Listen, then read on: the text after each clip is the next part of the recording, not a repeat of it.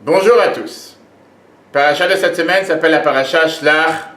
Une des plus grandes histoires de la paracha, c'est bien sûr l'envoi des explorateurs par Moïse pour aller explorer la terre d'Israël. Ces explorateurs partent et en revenant, voilà qu'ils nous racontent une bonne nouvelle et une mauvaise nouvelle. La bonne nouvelle, les fruits d'Israël sont merveilleux, énormes, très grands, magnifiques fruits, l'agriculture est très très bien. La mauvaise nouvelle, il y a beaucoup de géants. Il y a des géants et pas seulement qu'il y a des géants, mais on ne va jamais y arriver. On ne va jamais réussir, on ne pourra jamais faire en sorte de pouvoir rentrer dans la terre promise. La terre qui nous a été promise depuis que nous sommes sortis d'Égypte. Avant même de recevoir la Torah, le but principal pourquoi le peuple juif était même sorti d'Égypte était pour pouvoir entrer en Israël. Et là, ils emploient un terme en disant « Ces géants sont même plus forts que lui. » On ne va pas y arriver. Vient Dieu et s'exprime à Moïse en disant que cette fois-ci, c'est fini. J'ai supporté depuis déjà des mois et des mois, plus d'un an, de querelles, à chaque fois en train de rouspéter, se plaindre, en train de passer devant la mer Rouge, que ce soit quand ils n'avaient pas de quoi manger, et à chaque fois j'étais présent pour eux. Mais là, cette fois-ci, c'est terminé. Je préfère m'en débarrasser d'eux, et ils vont tous mourir ici dans le désert. Moïse essaie de parler à Dieu en lui disant, mais comment peux-tu faire une chose pareille? Et une des fameuses réclamations, c'est de dire, que vont dire les Égyptiens?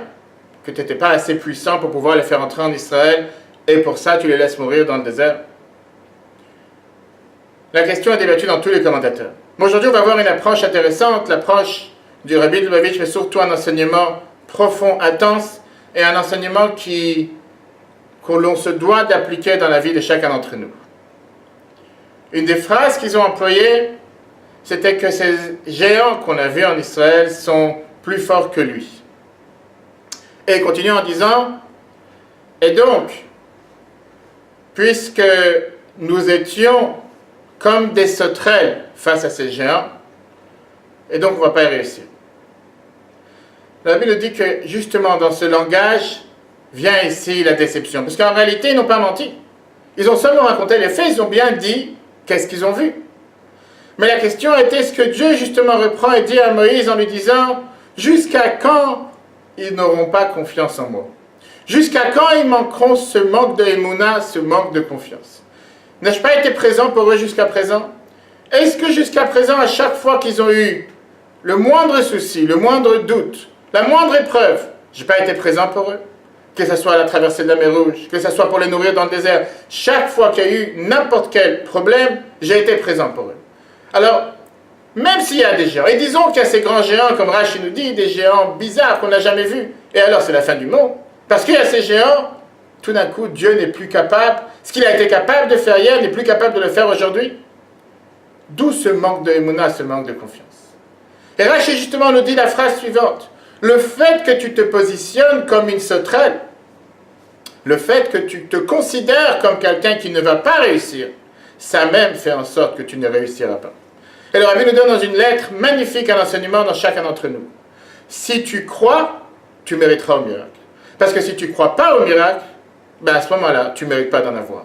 Si vraiment tu penses que Dieu n'est pas capable de te faire entrer en Israël, si tu penses un instant que ces géants sont plus forts que lui, à ce moment-là, effectivement, tu n'as rien à faire là-bas.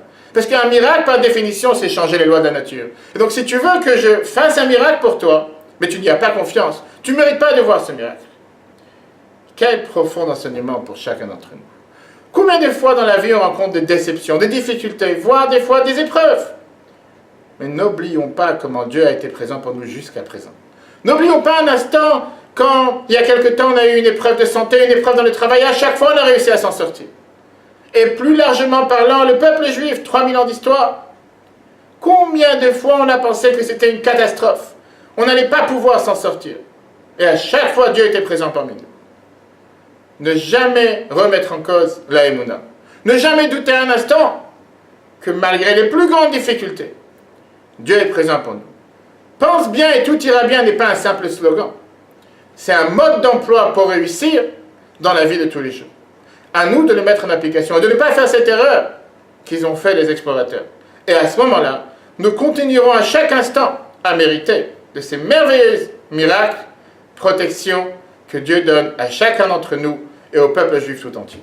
Shabbat shalom à tous et à la semaine prochaine.